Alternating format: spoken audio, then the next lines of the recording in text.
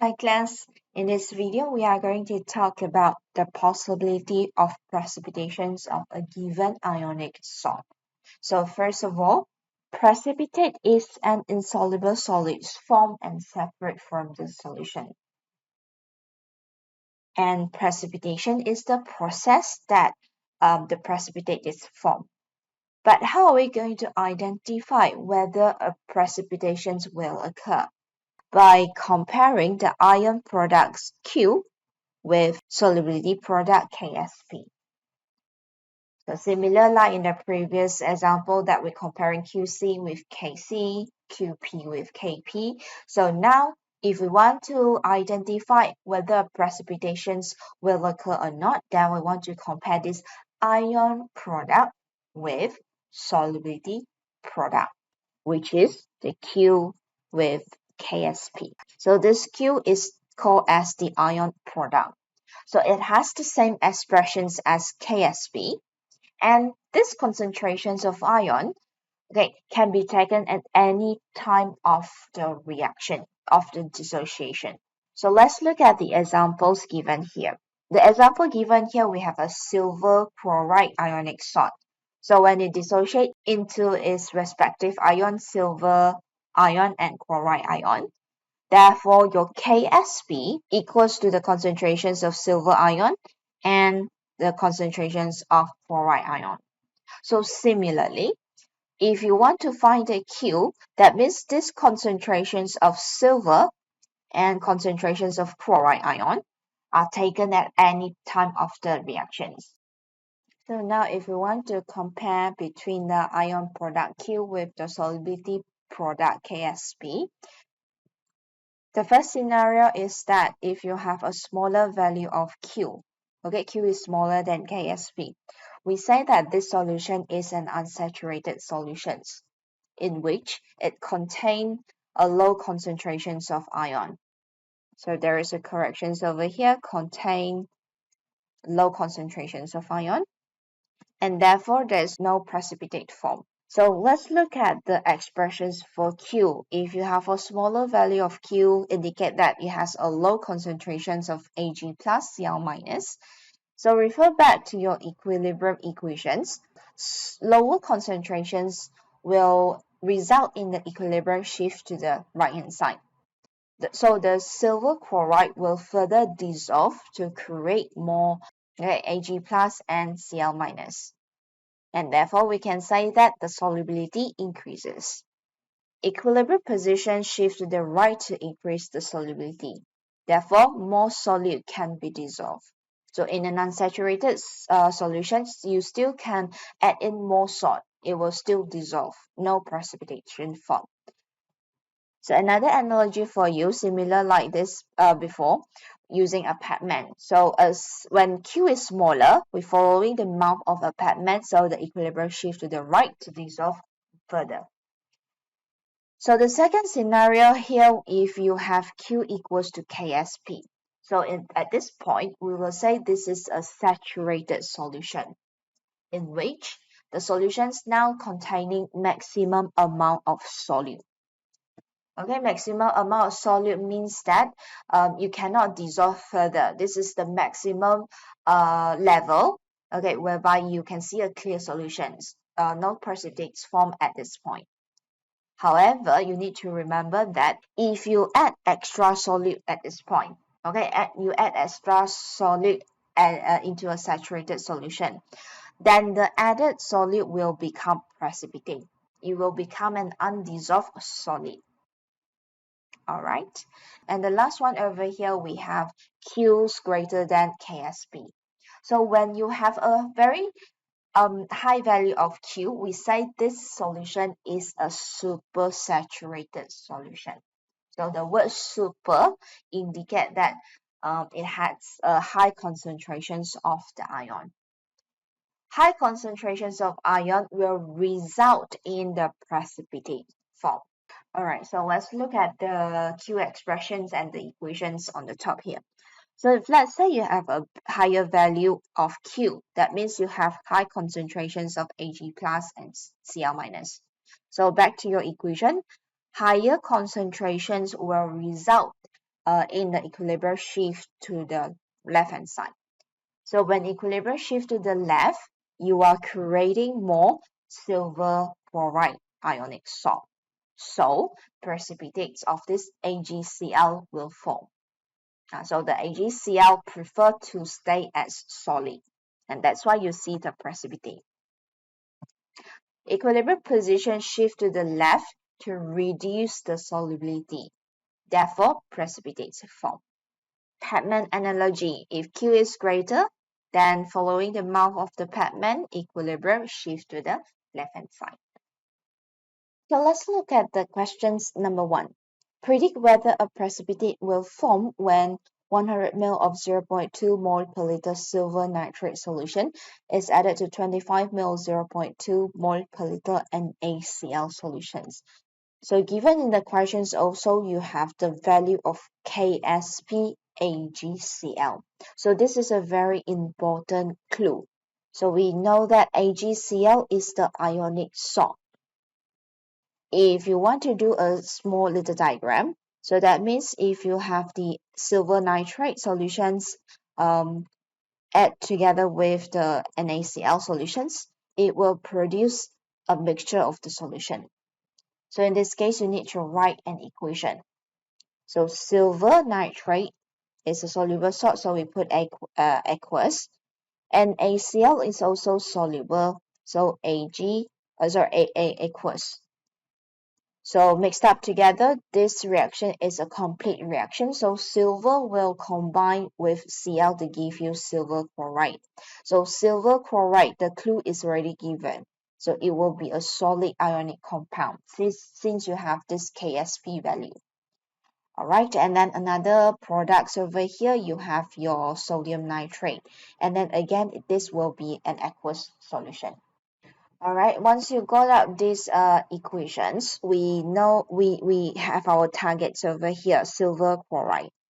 Okay, so write out your equations of silver chloride. So we have AgCl solid, and this equation is in equilibrium, so to produce silver ion and chloride ion, Cl minus aqueous.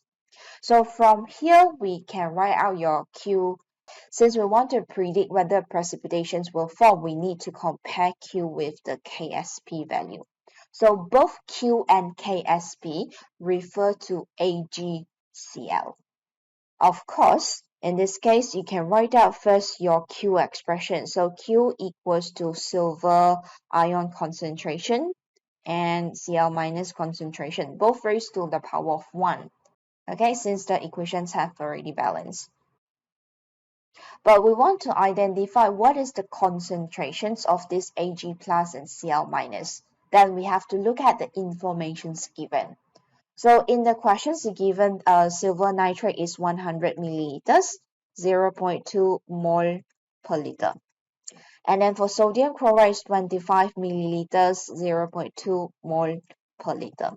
So from here, you can calculate the number of mole first. So number of mole of Ag, silver plus, is the same as the number of mole in AgCl. Okay, and then we can do a simple calculations. 0.2, the concentrations times with the volume in liter, which gives you 0.02 mole.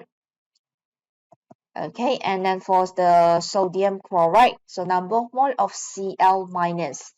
Okay, the target that we want, Cl minus, is the same as the number of mole of NaCl, which is 0.2 times 0.025, which in this case give you 0.005 mole. So the number of mole calculated here is before both solution is added up together. And then you look at the Q expression 8, we want to find the concentration after both solutions is mixed up. Alright, so now after both solutions is mixed up, the total volume become 125 milliliters. And you can stand by in liter first, 0.125 liter. So to find the new concentrations of silver plus, you use the number of mole before, divide by the new total volume, 0.125. which in this case 0.16 mole per liter. And then after both solutions mixed up, your concentrations of Cl minus equals to 0.005 divided by the new volume, which in this case gives the concentrations 0.04 mole per liter. So after you have figured out both of this value, then we can do the substitution.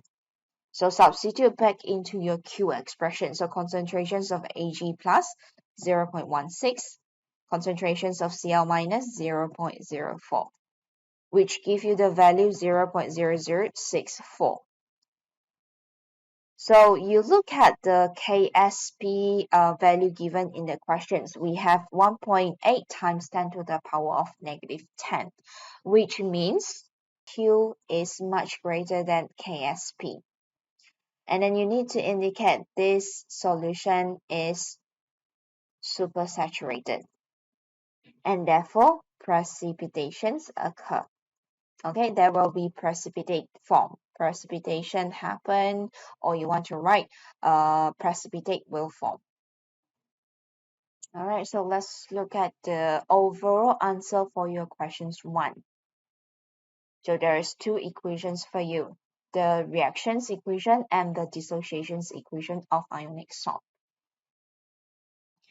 So question number 2, quite similar to question number 1. Let's practice once again. Predict whether precipitations happen or a precipitate form when 50 cm³ of 0.1 mole dm³ of barium hydroxide solution is added to 50 cm³ of 0.5 mole per dm³ sodium sulfate solution. So again, in the questions given you the clue, which is the KSP, barium sulfate. Okay, so that means both of the solutions mentioned above combine, okay, react to give barium sulfate, the solid ionic salt. So first, write out your equation. So barium hydroxide, a soluble salt, when it combined with sodium sulfate and Na2SO4 aqueous, it will give you barium sulfate. So since there is KSP value, then you need to write in terms of solid phase. And to balance up the remaining equation, we have NaOH. So balance the equations, we have 2 NaOH. But the most important one is the barium sulfate. Okay, this is our targets according to the KSP given. So we need to write out barium sulfate, the solid ionic salt, dissociate to give you Ba2 plus aqueous and SO4 2 minus aqueous. Then you can straight away write your Q expressions, as we need to find the value of Q later on. So Q equals to barium 2 plus times with the concentrations of sulfate ion, both raised to the power of 1. So in this case, we want to figure out the concentrations of barium ion and sulfate ion. You can figure out from the informations in the questions. So again, number of mole of barium ion is what we want. So number of mole Ba2 plus equals to the number of mole of barium hydroxide. In this case, 0.1 multiplied with 0.05. The concentrations times with volume, which give you 0.005 mole. And for sodium sulfate, number of mole of sulfate ion is what we want, equals to the number of mole of Na2SO4. Since in sodium sulfate, we have only 1 mole of SO4, so the number of mole will be the same. So 0.5 times with 0.050, which give you the mole 0.025 mole. So again, this is before both solutions is added. So after both solutions is added together, the total volume now becomes 100 cm³, which is also equals to 0.100 dm³. in order to find your concentration, so we figure out the concentrations of Ba2 plus using the number of moles 0.005 divided by the new volume. The concentrations equals to 0.05 molar. This time we use molar instead. So remember, capital letter M, mole per dm3, mole per liter, or both we can use. Okay, and at the same time, we have the concentrations of this sulfate ion. Number 4 is 0.025 divided by the new volume. So it gives you the concentration 0.25 molar.